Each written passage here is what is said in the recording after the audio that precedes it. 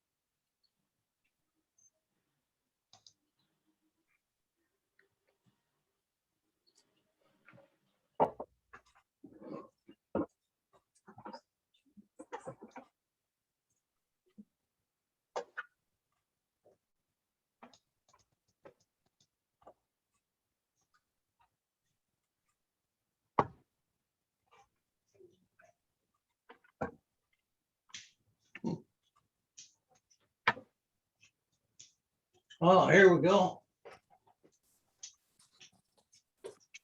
It's a Zoom problem. Yes, I want to get that PowerPoint right there up on the screen. What's the? Okay. I think if you go back to Zoom, you just Minimize it or yeah, close? minimize it for now. I think you can do share screen, or you're already on there. Okay. I don't see that particular PowerPoint. Show all windows.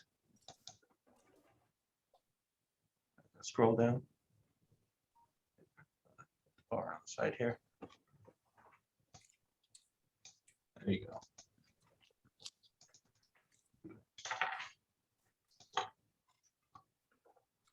Yeah, so I think you should be good. Then you can just go into present mode. There you go. Appreciate it. Okay, is everybody ready? I think I've got my mechanical difficulties fixed here.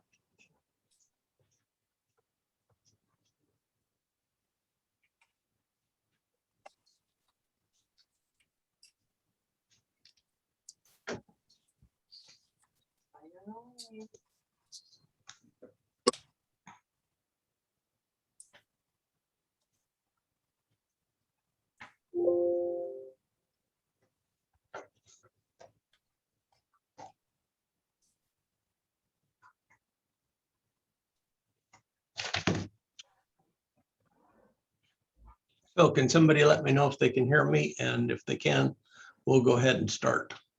We can We're hear. hearing you just fine. Great.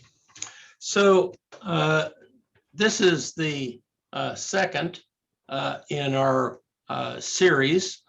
This particular talk has to do with services and why do we have trouble getting them. So I thought I would begin with a little background information for people who maybe weren't here last time.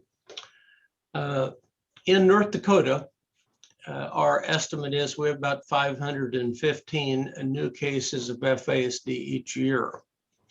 Those people that have followed this for a while may realize that this is substantially increased, and we calculate this based on the results of these prevalence studies that are done.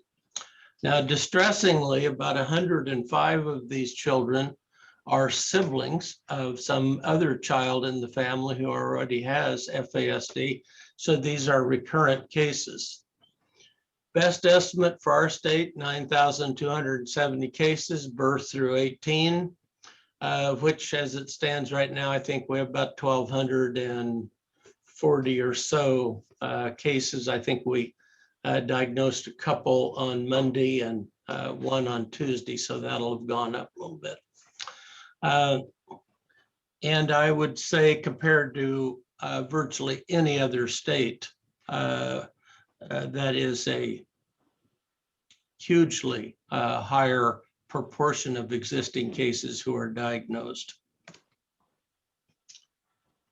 What's the rationale for focusing a lot of attention on fetal alcohol spectrum disorder? Well, as we talked about, there is high rates of mortality for the child who's been diagnosed, for their siblings, and especially for their mother. And as I noted last time, in North Dakota, if you have a child with fetal alcohol spectrum disorder, you're 44 times more likely to die prematurely. And I'll go over that some more. The early environmental circumstances, very difficult for children with FASD. Now, not only do they have high rates of adverse childhood experiences, the rate of head injury from mostly non-accidental trauma is high. The long-term course, huge increase in risk for placement in juvenile corrections, foster care, residential care, and of course, long-term, the prospect of living independently without ongoing assistance from other adults or service systems is low.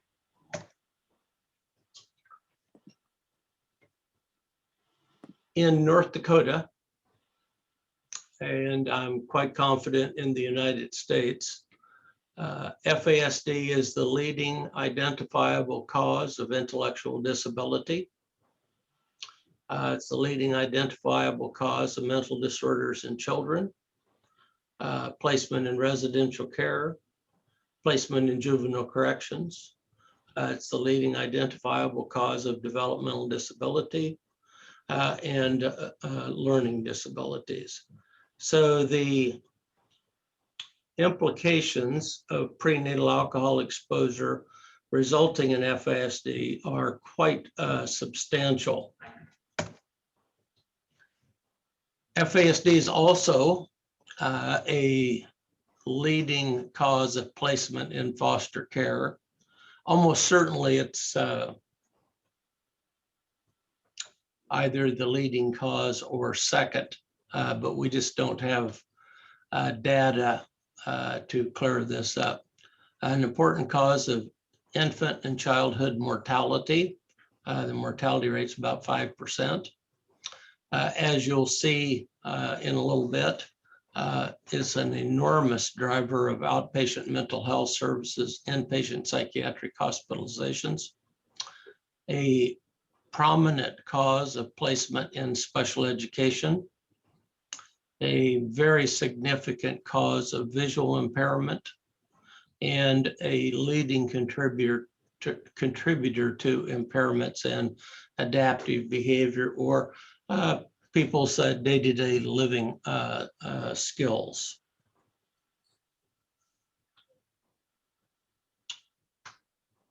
We have two sets of cost data I'm going to share. This is from a very large study. I think there's about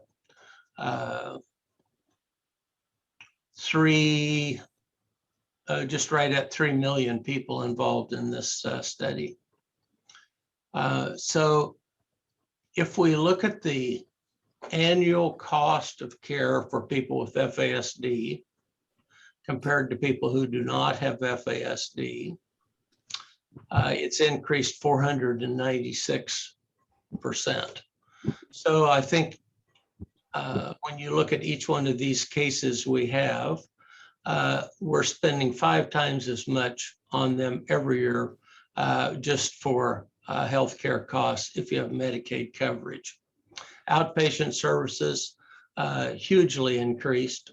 And this is because of the needs they have for speech therapy, PT, all kinds of interventions. Inpatient care increased 532%. If we look at private healthcare costs, it costs 7 times as much. Annual outpatient care, huge differences. Inpatient care, similar. So one thing we can be assured of, I think, is that we are spending a huge amount of money on people with FASD every year, especially in the healthcare system. I think all the other service systems are similar, and hopefully we'll have a lot of data forthcoming on those in the near future. The updated cost estimates, I think I mentioned on our last talk. The annual cost estimates now are $53,683 for children and a little over $49,000 a year for adults. And we use the time to $1 million marker for healthcare, or just for expenditures in general. And people with FASD are hitting that right around age 18. So it's possible we can continue to provide this much funding for a preventable disorder. But it seems to me like it's just going to be a lot simpler to engage in some prevention. As a point of reference, drinking during pregnancy damages all organ systems. The organ system most frequently damaged, the one that has the most ongoing set of impairments, is the brain. And you can see this is 2 animal brains. The bottom one at a point in pregnancy was given a dose of saline, essentially salt water. The top one is an animal that was given a single dose of ethanol or alcohol. And all of the dark shading there is cells that are in the process of dying. So one of the things we want to clear up for people who may misunderstand this is that alcohol is a powerful teratogen. It's not something that can be tolerated by the fetus without harm. And because every exposure to alcohol during pregnancy creates problems, I think we have to assume that every drinking episode during pregnancy is an episode of brain damage. The type of brain damage we see can be characterized by the stoplight model.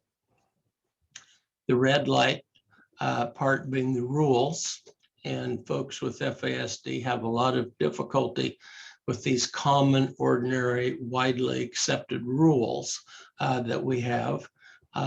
They have trouble understanding them and living with them.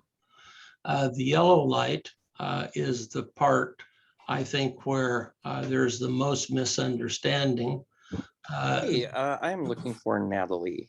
The thinking that you should think before you act. Okay, I will look. I know she has Somebody there's should a general mute their voice because I can hear them number. talking. I just looked at the Asking bottom about of an talking to email, and Natalie. it's probably an old email. So I will look for. So it's the Hi, whoever that the is, HR can you general mute is your whatever. voice? I don't know what the title is. Whatever that I'm supposed to call, right? An 800 numbers. know? This is Mark. I'm a PD in Grand Forks, North Dakota. Hey, Mark, you're not on mute. Well, come on, Megan. Come on, work with me on this. I thought she was still in the office. She's not actually in your guys' office. Does anybody anymore. know She Mark? worked from home or something? Or Mark, you're not on mute. Okay. Can you mute yourself? okay, I found the employee relations number. I will call that one and try and get a hold of her that way. Okay, thank you. Mark, Bye. you're not on mute.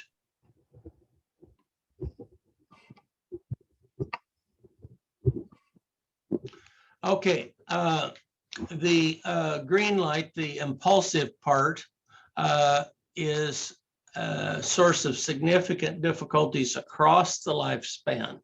Folks with FASD in general, less reflective, more prone to impulsive actions. And indeed, this is where a significant part of the parenting burden takes place here. So the typical sequence, we have drinking during pregnancy producing brain damage, which results in impairment. This manifestations of these impairments: attention deficit, hyperactivity disorder, depression, cognitive impairments or intellectual disability, learning disabilities, substance abuse, increased risk for substance abuse, and judgment deficits.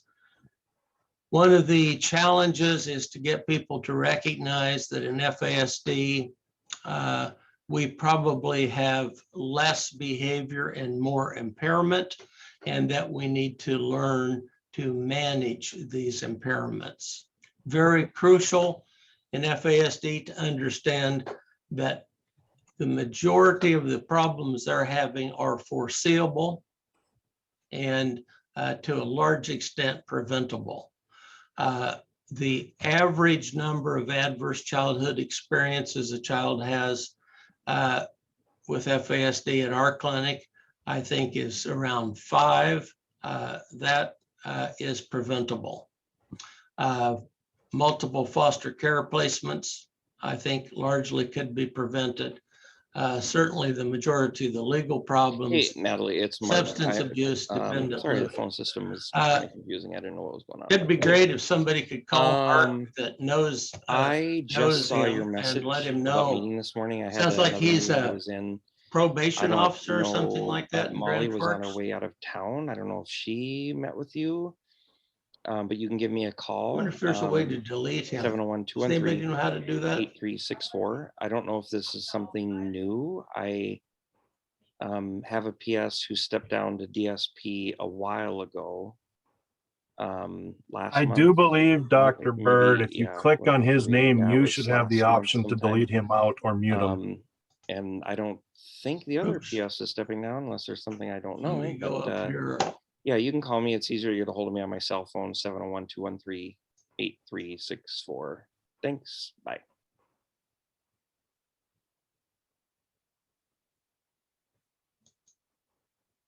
I don't see how to do that. Mark in Grand Forks, you are not on mute. We've heard your last 2 phone calls.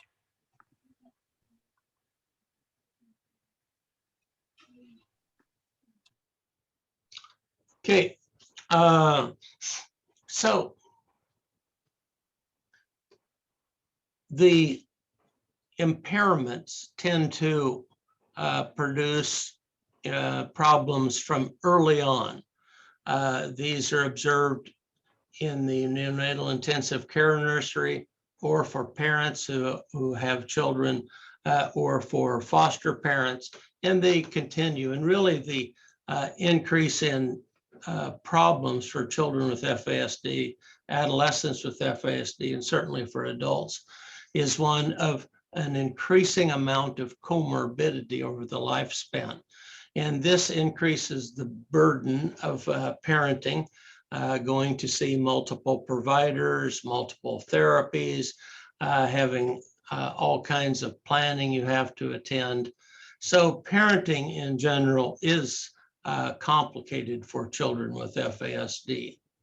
And as I pointed out last time, one of the parents who comes to see us painted what I think is one of the best depictions of the struggle of parenting in FASD I've ever seen, and just the amount of desperation that many people have in trying to work with providers and agencies who may have very limited understanding of FASD and assume it's not different from many of the other disorders that they take care of.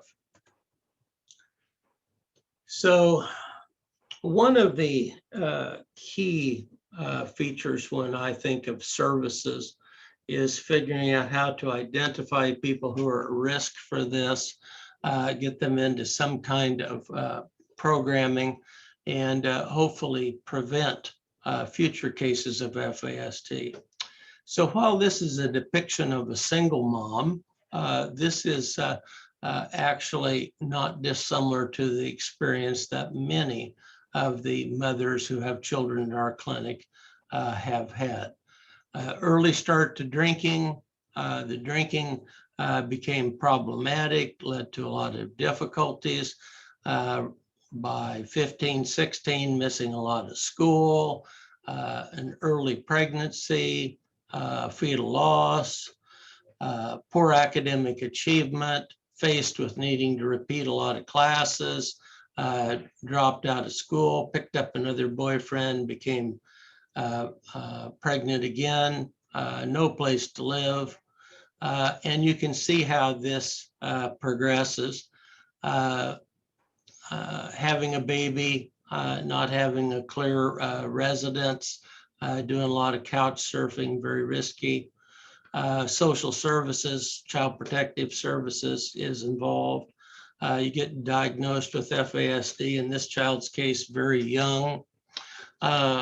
Even after the diagnosis, there was another baby, which I think had we had ideal services, we could have prevented exposure for this baby. Mom dies in an auto accident. So in her case, she died about 40 years earlier, had 31 years of productive life lost. In addition to that, she was disabled for several years prior to this. So if you look at our exit sign down here, 21 years of alcohol use, 19 years with an alcohol use disorder. She drank pretty much through all the pregnancies. She had a fetal death, 2 children with FASD that we know of. So there is literally decades that if we could identify this mom, either prior to having a baby with FASD or as soon as feasible after that child's born, we could prevent a massive amount of disability, harm, and probably dramatically altered the life of 2 other children. So I want to just portray this because I think this is extremely important in our understanding of FASD and why, in a sense, it has unique characteristics. Here's the future of FASD. And because we're still struggling with early recognition, appropriate programming, I call it diagnosis-informed interventions. Because we're still struggling with those, we see this severity curve increasing. If we look at this another way, we could say, well, we have a lot of excess disability here, clearly preventable problems that have occurred after delivery. So we have a great opportunity here to diminish the overall severity of FASD for individuals, but also for the population of people. One of the challenges of this is if you look at the bottom of this PowerPoint, you can see that early on, these children struggle with adaptation. They're often premature, have difficulty eating, difficulty sleeping. Then we get into a phase of increasing numbers of childhood developmental disorders, delays in walking and talking, needing speech therapy, needing occupational therapy, involvement of early intervention for the children that are fortunate, they get early intervention. As childhood proceeds, the amount of the severity goes up. We see a big rise during adolescence as they begin to struggle with adjustment to their limitations. Their parents service agencies also struggle with this. As adults, they have self-care, adaptive deficits, impaired judgment, and then beginning maybe around 30 or so, we're still working this out, they enter a phase of increasing amounts of chronic disease. For example, if you have FASD, based on our best information, you have about 104 times increased risk of developing a dementia. That doesn't mean that everybody's going to develop a dementia, but dementia is very rare, and the number of people with FASD who develop dementia are hugely greater than we would expect. The chronic disease phase lasts for most folks for the rest of their life. And part of this, of course, is due to the early exposure to these adverse childhood experiences, which are very early markers for chronic disease later in life. The effects of alcohol on just all your organ systems. And then, of course, the wear and tear of growing up without an appropriate diagnosis, and quite a number of services that really aren't ideal for you. So what should we do? What would be ideal? And I'd be interested in getting some feedback discussion from people on the call about their concerns or issues, maybe some suggestions. So if there's anyone that would like to offer some comments, feel free. Maybe we have some parents or caretakers or people with FASD.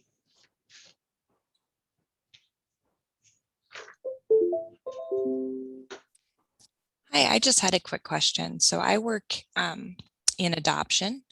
And so looking at a baby who has alcohol exposure in utero, but doesn't have any of those adverse life experiences as they grow up in their adoptive home, can you talk about how that might change their life experiences? Essentially, you're talking about somebody who might have been born after an alcohol-exposed pregnancy, but was placed in a home where they got to skip all the adverse childhood experiences? Yes. Yes. So this is an interesting question to bring up. First, we're not exactly sure yet whether the adverse childhood experiences count. Certainly, there's a similar set of adverse experiences that occur for the mother and adverse experiences that occur during the pregnancy. Particularly domestic violence is a big one, whether you have high rates of other substance exposure. I think there's an increasing amount of concern now about our newest legal drug, marijuana, and its effects on children's cognition and learning later. That's going to take some time, I suspect, for researchers to untangle and sort out. So I think one thing we could be sure, though, is that many of the effects of these adverse childhood experiences, being placed in foster care, moving from one foster home to another one, the stress of visitation, reunification, going to different schools, all of those issues greatly minimized. So I think a very useful strategy would be to identify these children as people who've had prenatal alcohol exposure. We'd have a care pathway for them similar to what we do for children of diabetic mothers. They have increased surveillance because we know they have a wide spectrum of risks based on exposure to gestational diabetes. And so they have a formal, sometimes informal follow-up system where we try to see them a little more often. We're watching for particular sets of concerns. And I think that would be the ideal way to manage children with prenatal alcohol exposure. Not clear in that population exactly when they should be referred for assessment to determine if they have a fetal alcohol spectrum disorder. But if you have management, say by a knowledgeable pediatrician or healthcare provider, then just making sure that the prenatal alcohol exposure is acknowledged, part of a planned system of follow-up, and that we begin early on to think about this.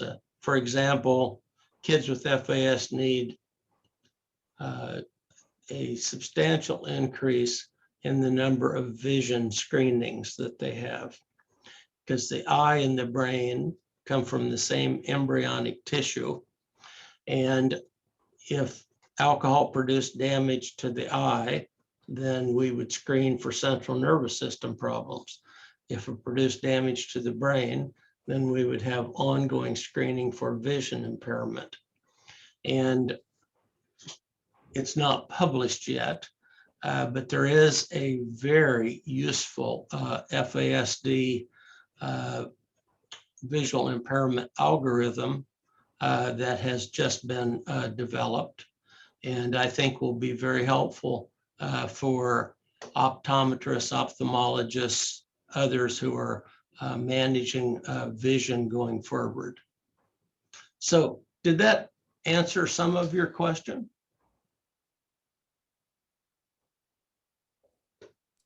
Yes, thank you. Great. Other people who have some thoughts? Marilyn, good Hey, to see Larry, you. we've How are talked. you? I'm okay. Thank you very much. I had a question about my son. My son is 31. He's getting extensive services, FAS diagnosis here in Colorado. He's in a host home. He was recently diagnosed getting not quite pre-diabetic, but high blood sugar. Are you seeing that a lot? And it could be partly his eating habits of drinking a lot of Coca-Colas, but are you seeing that issue with a lot of the exposed adults or kids? Yes, so without, We want to keep them from getting diabetes is what we want. So yeah, without getting too far into detail, it looks like that some of these children have, especially if they were born prematurely or small for gestational age and had some early problems developmentally, that they have a significant catch-up period, which their body has difficulty regulating. And so some of these folks that looked very small and underweight much of their life, during adolescence, young adult life, begin to develop insulin resistance, put on weight, are at that time then pre-diabetic, and have a high risk to become diabetic. So I'm not an expert, I'm not a diabetologist, but a thing I commonly hear discussed is that improving your diet and that for many folks, exercise is the ideal medicine to deal with being a pre-diabetic. It's a key. And if you can increase the amount of exercise, that is going to be very helpful for this. There may be other people on the call who have more knowledge about this, but that's been my experience. And I just wanted to mention something that I ran into recently. His primary physician, who's seeing him for this, actually hadn't realized he had fetal alcohol syndrome, and now feels like he's not really the best person to see him, and that's kind of upsetting to me. He's recommended a different doctor. I don't know if you've run into that, but it seems like I mean, that's an area we need to increase training, of course, but the fact that he doesn't feel like he can treat him medically because he has FAS, it's disturbing to me. Possible, I think that may be indicative that that's a pretty good physician to begin with, because he or she recognizes there's some limitations. Couple things that are important, and you may have heard me say before, it's not possible in America, in any state, to see all of the people with FASD in multidisciplinary diagnostic clinics. It is not possible because we don't have the capacity. We don't have enough people to man or to operate those clinics, and we don't have enough money to pay for them. It's not possible to develop FASD specialists to care for all the people with FASD. I see no reason that a physician who can diagnose asthma, epilepsy, autism, leukemia, back pain, and hundreds of other conditions can't acquire the ability to follow and manage people with FASD. And while for children, pediatrics may be a good place to go for ongoing follow-up, in adult life, most people are going to need to see a family medicine doctor, and they need to learn how to do this. And it's not going to take that much, because a lot of what they do is prevention oriented to begin with. So great. I would have much rather preferred that he asked me to, help educate him, but, oh, well, thanks, Larry. Yeah, because I always tell people, you should always tell every medical person about the condition, because it affects so many parts of the body, as you've pointed out. So thanks. Glad to be on here. Glad to have you. Other people.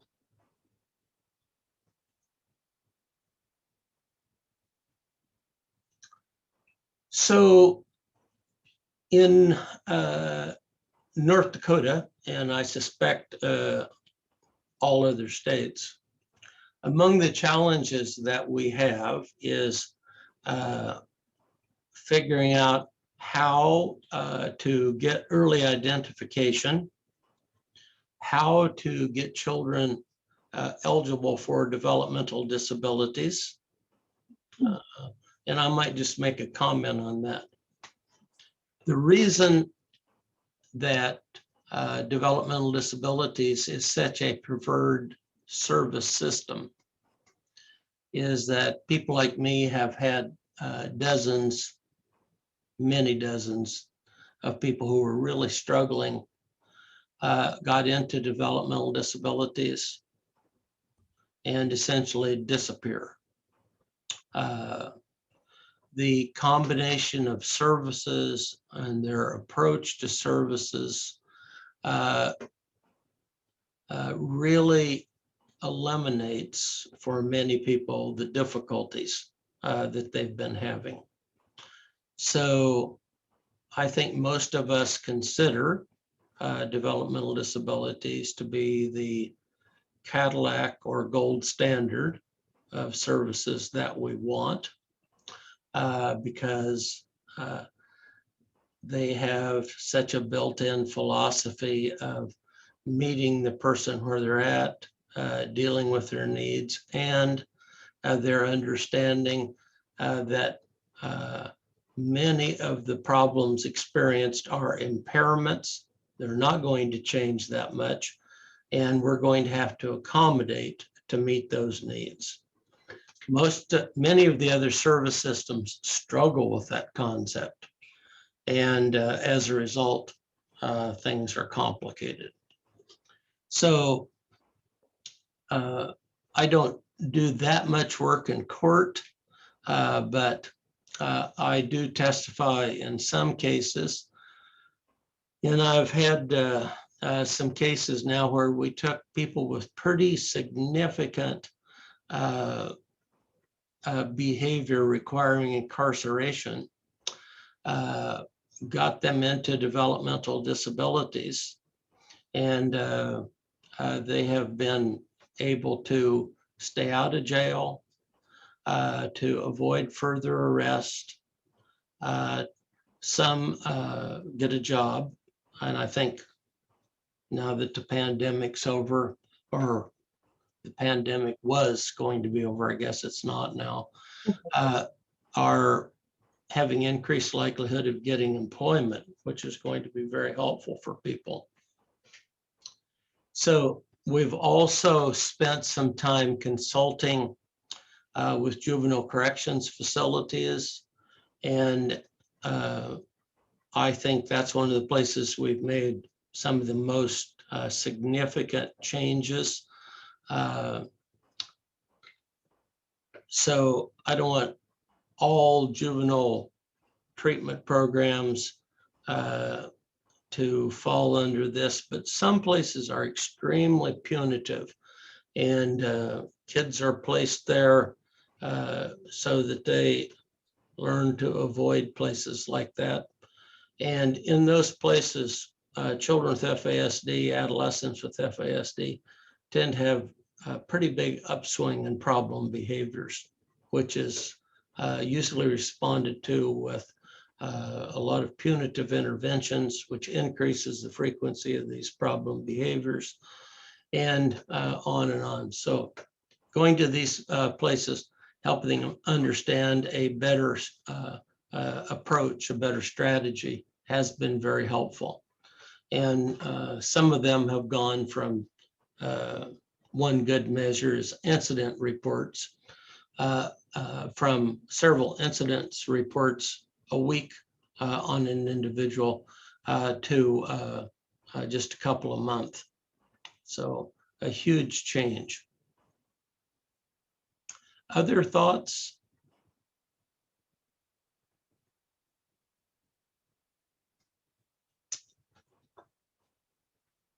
I think it would be safe to say that one of the goals we need over the short term is to figure out how to establish some screening gates, not only in North Dakota, but nationwide. It'd be ideal if we could establish a screening gate in our early intervention programs, so that we have some kind of risk stratification of children in those programs, because that's going to be very helpful for us when they transition out at 3 and begin to rely on other service providers. All children going into residential care should be screened. And at one time, we had a couple of these programs call us, and we did some training for them, but we've had no contact with any of those programs since. So I would have no idea if they're doing residential care, screening in residential care or not. Of quite a bit of this care is provided out of state. And I suspect because most of it is for children with very severe behavior problems, aggression, problems like that. I suspect that a significant number of those people have FASD. We would also like to make sure that every child has at least one screening of some kind as part of a well child visit in their first 3 or 4 years of life. Because that would have the tremendous advantage of identifying moms who have substance use at a level that can cause a developmental disability. So that would allow us to identify moms who need substance abuse treatment, substance use disorder treatment. And that would be very helpful. So in our state, I see lots of moms who are unable to attend substance use treatment because it's too far away. They can't figure out what to do with their children.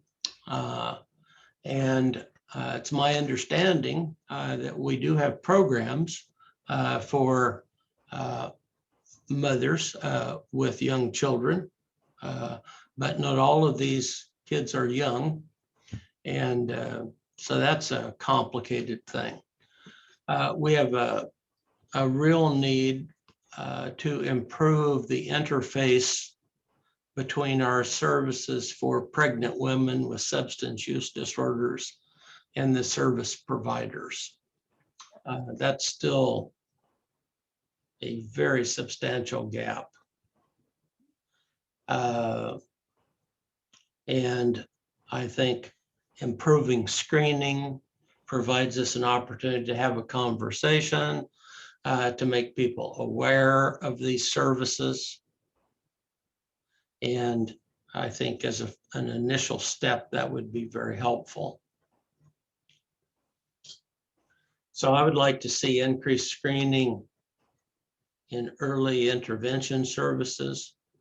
Routine screening should be a part of our quality control for every child going into residential care, all children going into juvenile corrections. And hopefully over time, we'll see improvements in our current screening strategies for women in prenatal care. Other thoughts on that from people?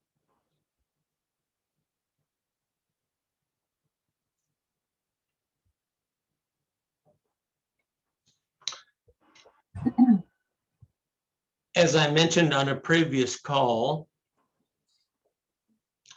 I'm part of a group that has finished piloting a parenting program for children with FASD. It is now going to be funded as a randomized controlled trial. So when we're finished with this, the results we'll have should have very high quality. In our pilot studies, we've demonstrated that parents like it, that it provides a high degree of information or increased amount of information about FASD.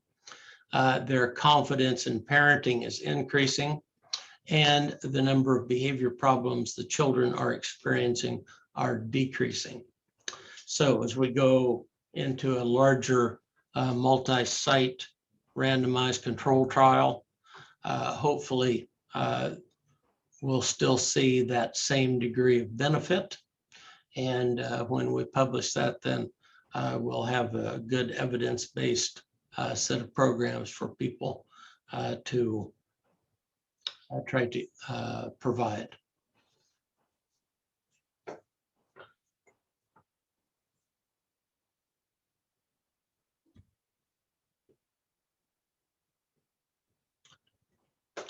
Are there people who have particular questions they'd like to ask about specific services for mothers, children, adolescents, or adults with FASD? Perhaps things you've noticed that are exemplary or things that might need some improvement?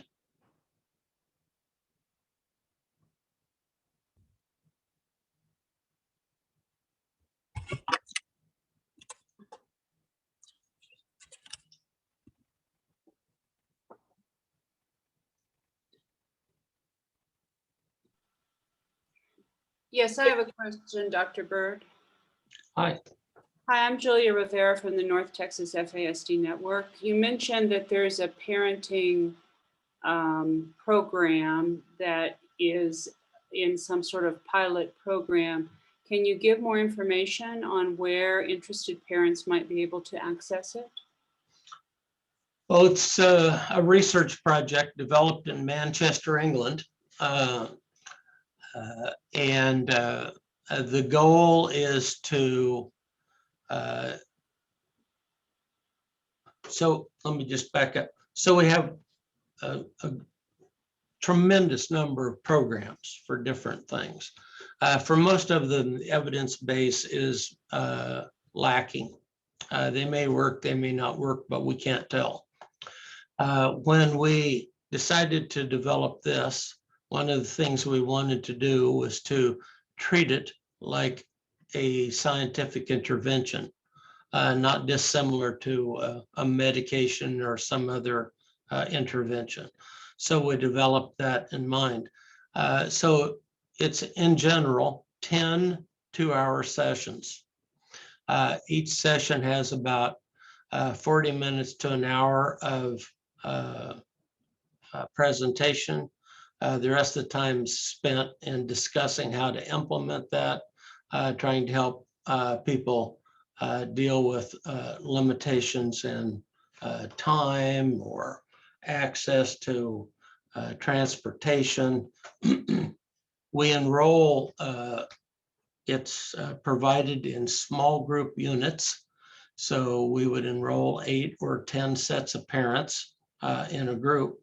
We're going to provide the intervention to them. And then we'll have an identical set of parents who will receive a generic intervention program, which is not FASD specific, and we'll compare the results over time. My guess is that it will be at least 2 more years before this is done, because there is a pretty substantial approval process for this, and then it takes quite a while to do the waves of intervention, so that we're going to need probably 250, 300 sets of parents in the FASD side and in the control side. So that's going to take us a while to go through that. I envision that we'll be doing it in England, the United States, and perhaps Canada.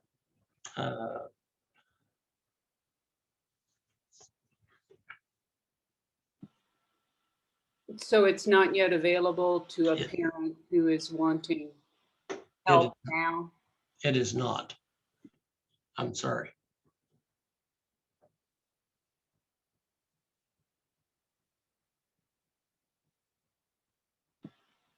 A second question, if I could. You mentioned a visual impairment algorithm that is available for. Well, I don't know if it's available yet. It's been developed. It's in a journal because I just was one of the reviewers for it. So I'm assuming it will be published perhaps later this year. Okay, thank you.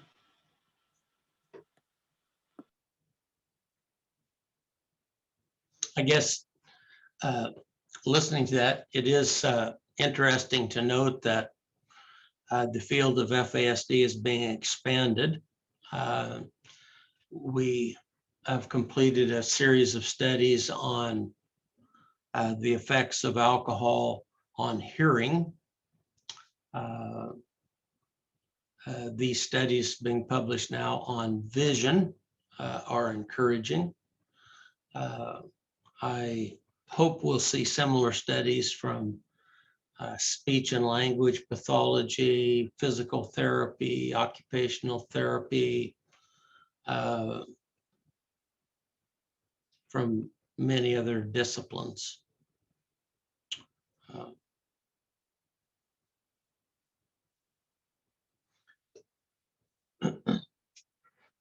So I might just speak for a few minutes on what is, I think, one of our greatest challenges. For the majority of children, adolescents, adults with FASD, their families and caretakers, mental health is the main problem. They have very high rates of impulsivity, hyperactivity, anxiety, depression, cognitive deficits, lots of substance abuse, highly vulnerable people. And so they spend a great deal of time seeking care in the mental health system. And it's not yet clear to me how we are going to interface with the mental health system to help them do with FASD what they have done with autism spectrum disorders. As you know, autism used to be a very rare condition. Now it's common. Autism used to have very few services. Now they have a lot of services.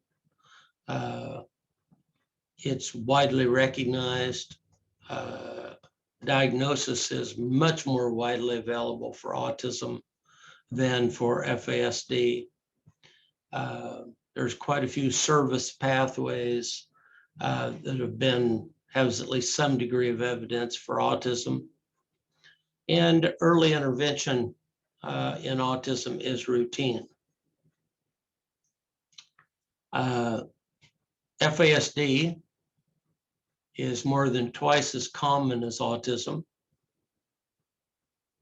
It's much more costly. Has about an equivalent portion of people who as adults are going to not be able to live independently without some kind of support. But people's awareness of FASD, their understanding of the disorder, the unique features of the disorder, not well developed yet. So later today, I'm meeting with the chairman of some departments of pediatrics, and we're going to discuss offering some pediatric electives on FASD and try to get pediatricians who are going through training to spend a month or so learning about fetal alcohol spectrum disorder, other drug exposures, to improve their skills in diagnosis and management, so that more and more communities can have access to providers who are knowledgeable about this. I anticipate we'll be doing the same thing shortly with residents in psychiatry. And I would suppose at some point we'll offer similar programs for people in psychology, social work, the allied health disciplines. Dr. Bird, Yes. I got a question, and it kind of goes back a little bit to what you were discussing originally, but with what you just said, I see a tie-in. I do foster care. Two of the kiddos we're taking care of have fetal alcohol. They also have gone through and completed trauma-focused CBT. Is that something, or is there anything else we could do on our side that would help these children with the deficits that you've identified? Be anything beyond what we're already doing? I think it's a great question. So one of the strategies we try to use, and sometimes we articulate this clearly, and I'm pretty sure sometimes we don't, is to help people identify a 10-year outlook. So that for 2-year-olds, you think about where they're at now, what their needs are, and you begin to think out in terms of 5 and 10 years. So when they're 7, what service needs are they going to have, and when they're 12? When that child's 7, then you're looking at service needs when they're 12 and 17. When they're 10, you're looking at service needs. Well, you can see how it goes. Because one of the problems we have is that unless parents begin to look around and try to assure that people are trained and have some services, year after year, you go through school with people taking care of you, trying to help you get a good education, but pretty limited knowledge of FASD. The mental health providers are the same. So as you take a step forward and you begin to look, then hopefully you can get involved in those systems of care, begin to bring this up as an issue. And most of the mental health systems in the state do have some opportunity for consumer parent feedback discussion, and you can begin to help them think about this. As you may have heard, children with FASD are about 19 times more likely to enter the juvenile corrections system. In almost all cases,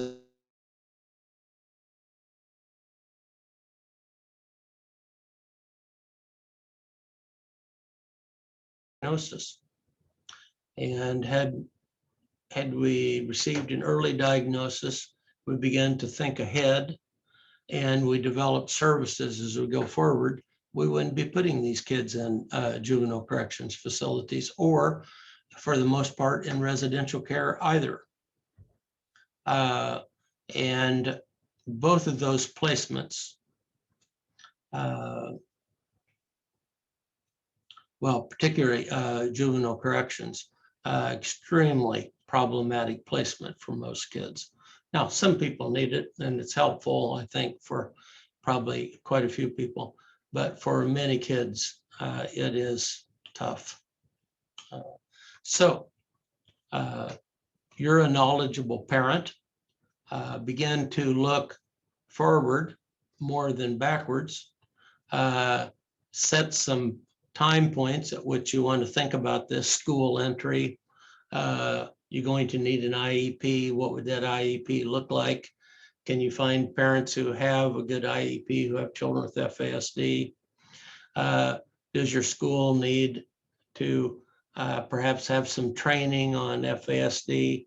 Maybe they could make that the focus of one of their training programs, in-service training programs when they come back to school. Same's true with your mental health system. I know several parents now, and I just thought how ingenious this idea is, who have invited their doctor to go to an FASD training program with them. And surprisingly, some have accepted.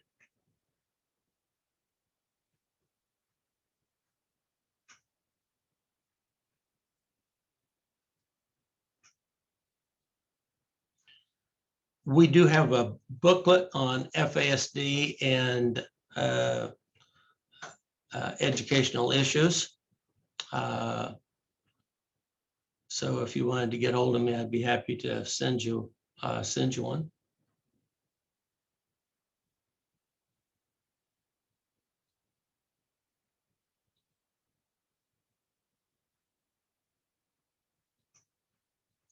Other questions or issues that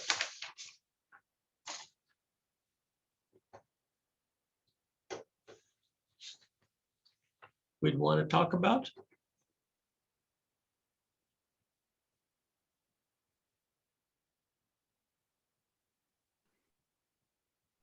Dr. Berg, this is Kathy Quintain. I'm a vocational counselor, rehabilitation counselor. And I'm just curious on something because I have gotten conflicting information in regards to fetal alcohol or spectrum disorder.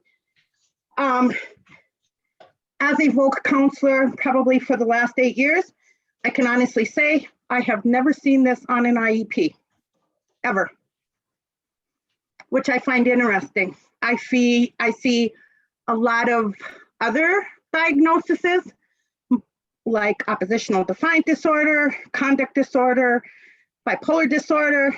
I never see FASD. And I did ask that question one time as to why we never saw it and was told FASD is not diagnosed in this state.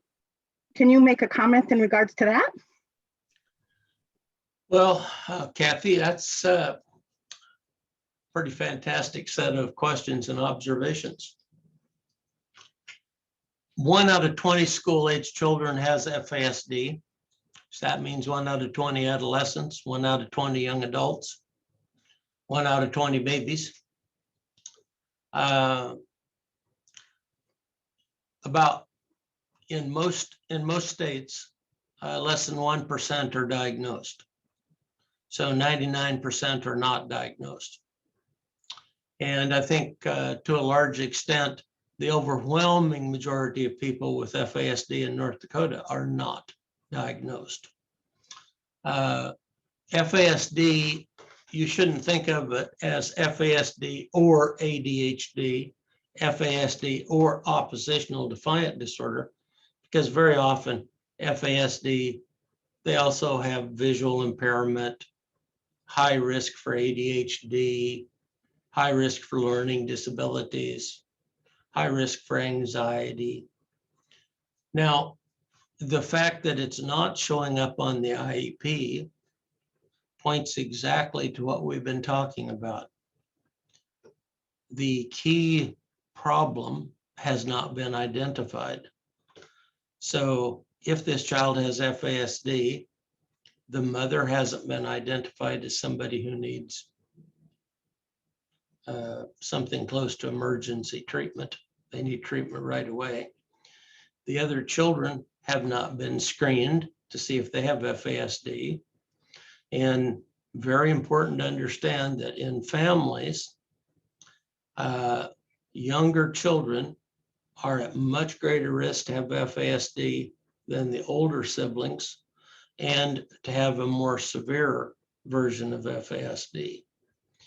Because it's not identified, they're getting generic services, not services that would be somewhat specific to FASD. Now, not everything about FASD has to be treated uniquely, but FASD is a condition that's different. It needs to be identified, and the diagnosis ought to trigger use of some FASD specific interventions.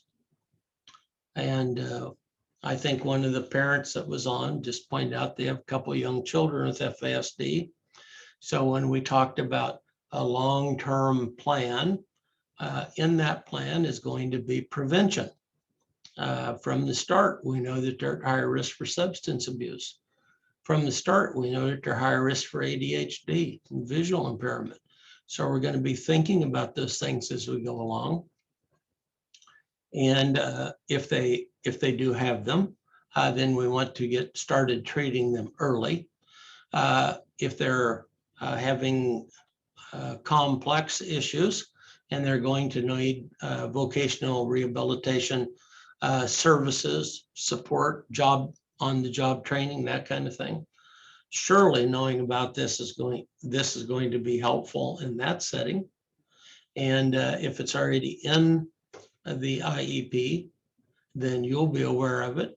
You can begin to make the necessary accommodations and changes for it. And the fact that it's not in there just identifies for us how much work we have yet to do. Did that answer your question? It does, and I think what it keeps coming back to is the overall question of the reason people don't want it diagnosed is because it points at what happened in vitro, and they feel like it is putting the mother up instead of addressing the issue. And I guess that's a long-term struggle with me. I don't think, I mean, obviously it is what it is. And if it happened, how do you move forward by ignoring that this was a condition that happened, but yet people don't want to approach it like that because they feel like they're being accusatory towards the mother, what she did while carrying, while the baby was in vitro. So you point out an interesting issue. We have huge numbers of people who speak for mothers that they don't know. They tell us that there's stigma. They tell us a lot of things about the mothers. The overwhelming majority of the mothers I meet are desperate for help. It's hard to imagine, but still a significant number of them didn't know that drinking during pregnancy was harmful. A surprising number of women have actually brought this up during prenatal care. And a shocking number of them have been reassured that a little alcohol is not harmful. And I don't really understand how advice like that comes about, but a little alcohol for people with an alcohol use disorder is extremely harmful. Now, the bad news here is that our most recent data suggests that the amount of exposure it takes to place your baby at risk for FASD is extremely low. I foresee a transition over the next few years when, instead of mostly seeing children whose mothers had severe substance use disorders, we're going to be seeing children and parents where the level of alcohol exposure was low, and that is going to really change the face of FASD. Because when we get increasing numbers of middle class, upper class parents involved in this, I don't think they're going to tolerate the service problems that we have now. Also, I think it's going to cause a lot of turmoil when women get through pregnancy, having had some alcohol, perhaps some ongoing alcohol use, and discover that they were not screened for this, that this wasn't something that came up during prenatal care with more than a glancing thought, and that when they asked for help, they were reassured that a drink a day or something like that is not harmful. And of course, that's just fundamentally untrue. So in the future, the majority of cases are not going to be the problems that we're seeing now. It's going to be, I think, children much more mildly impaired and families with a lot more resources and probably mothers who don't have significant substance use disorders. And that's going to dramatically change the face of FASD. So you're predicting that it'll go along the same lines as those children that started with autism, where the thought process was those mothers were really refrigerator moms, to fast forward 27 years, we now know that's not the case, is basically what you're saying, Dr. Bird. The more knowledge out there, the more it's diagnosed, the more it crosses the social domains, or whatever you want to say. We're gonna start getting more information in, and perhaps the way people look at it a little bit differently and treat it, those people, it's going to cause this whole thing to move forward, and it's going to be more openly talked about. I think your discussion of autism is pretty reasonable. So one of the people that was early on involved in thinking about what was called infantile autism at that time had a theory that parenting was a key causal factor in autism. And based on the small number of children that they saw, they concluded that many of the parents were distant, somewhat aloof. They used the word cold. And of course, this was later shown not to be typical. Most cases, it's not like that. Then we went through a long period where it was not clear if there was a cause for autism. We saw a lot of autism, we just didn't know if there was a cause. And now, interestingly, there's a lot of thought that autism is primarily an abnormality of genes, so it's a genetic problem, and in many cases it would be inherited. So it's still some version of the attribution of the problem goes back to parents. I think something similar is going to come along in FASD, and people are not going to see this as something that has stigma attached to it. And in autism, I think many parents come in having looked this up, thought about it. And when you say, well, I think your child has autism, they say, yeah, that's what I thought about. That's really why I came here. I've looked it up, thought about it, and I think that's correct. And I envision that will be happening with fetal alcohol spectrum disorder. So one of the points I'm trying to make is that we have many people who speak for the mothers, but when the mothers themselves speak, very, very often, they will tell you that they couldn't get help for substance abuse treatment. They could not quit drinking on their own. Some were not aware alcohol causes problems. Some brought it up with the prenatal care provider and were reassured that some alcohol use is acceptable. Some, of course, avoid this, won't talk about it. But on this matter, my experience is that women have a diverse set of voices, and that the people who presumably are speaking for them actually speak based on their experiences rather than on the larger number of women or moms who've had children with FASD. When you look at this from a mom's standpoint, it's an enormously concerning health condition. You're 40 sometimes more likely to die prematurely. And this is young women we're talking about. So this isn't a disorder where we need to keep it secret from them because we're worried that it'll hurt their feelings.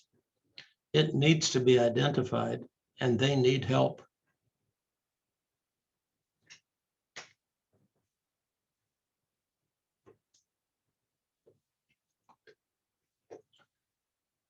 Other thoughts?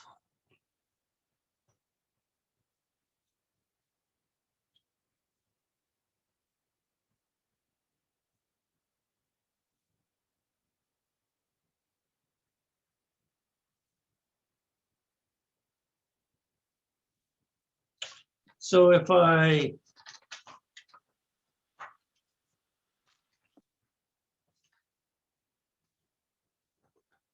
might close with this thought, our next webinar is on the 5th of August, 12 o'clock again to 1:30. We're going to focus more on adolescents, young adults, to the extent we have information, older adults, what systems might be helpful for them, especially dealing with issues around the fact that they're going to outlive their parents, and many of their parents are currently taking care of them. So I look forward to seeing you all then. If I could jump in for a second, I just can't let this conclude without somebody saying that right now in our federal Congress, there is consideration for what's called the FASD Respect Act. The problem with FASD, as we've discussed today, is mass ignorance.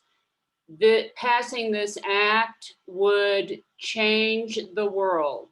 It would at least be a start in a national policy addressing this public health problem. Please urge your representative and senators to support the FASD Respect Act.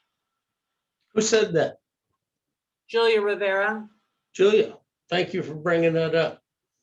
I think that is a fantastic summary of where we're at with FASD and one of the solutions that is needed. So thank you for saying it. Thank you all. Have a great day. Thank you. Thanks, Larry.